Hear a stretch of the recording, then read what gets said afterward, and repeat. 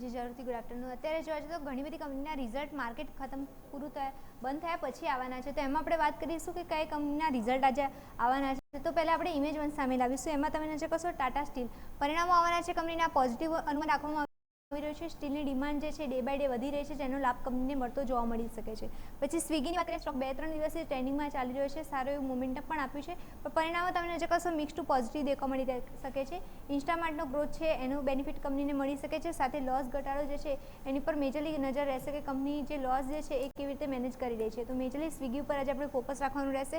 સાથે વાત કરીએ ટોરેન્ટ ફાર્મા અને અજંતા ફાર્મા, એના પણ પરિણામો તમે નજર કરશો તો ત્યાં પોઝિટિવ અનુમાન રાખવામાં આવી રહ્યું છે। બિઝનેસ છે કંપનીના બંનેના ગ્રોથ થઈ રહ્યા છે। એક્સપોર્ટ અને સ્પેશિયાલિટી સેગમેન્ટ જે છે એ બંનેની ડિમાન્ડ ડે બાય ડે વધતી જોવા મળી રહી છે, જેના કારણે આ બંને ફાર્મા પેક ફોકસમાં રહી શકે છે।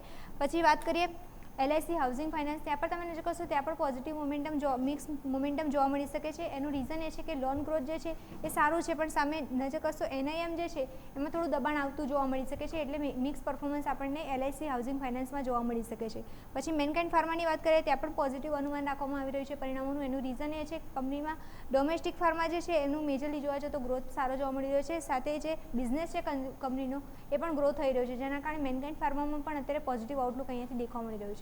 તો આ બધી કંપનીઝના રિઝલ્ટ આજે આવવાના છે, જેની પર આપણે મેજરલી ફોકસ રાખવાનું રહેશે।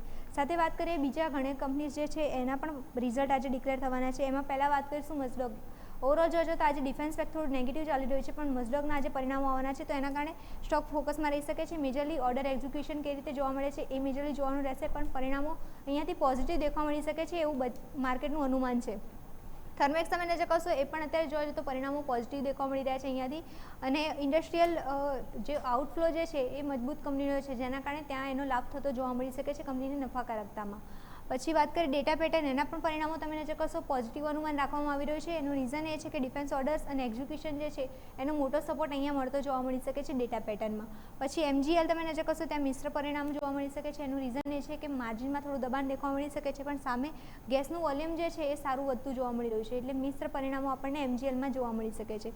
આયર્બિલ ઇન્ફ્રા છે એમાં પણ તમે નજર કરશો પોઝિટિવ અનુમાન રાખવામાં આવી રહ્યું છે। એનું એ રીઝન છે કે મેજરલી ટોલ કલેક્શન જે છે એ મેજરલી વધતો જોવા મળી રહ્યો છે, જેના કારણે કંપનીને લાભ થતો જોવા મળી શકે છે। પછી લાસ્ટ વાત કરીએ, લાસ્ટમાં તમે નજર કરશો તો ચંબલ ફર્ટિલાઇઝર પરિણામો મિક્સ અનુમાન રાખવામાં આવી રહ્યું છે। એનું રીઝન એ છે કે ફર્ટિલાઇઝરની ડિમાન્ડ સારી છે, પણ સામે નજર કરશો ગેસની કોસ્ટ જે છે એ મેજરલી તમે નજર કરશો મહત્વપૂર્ણ રહેશે, એના કારણે મેજરલી ચંબલ ફર્ટિલાઇઝર પણ ફોકસમાં રહી શકે છે।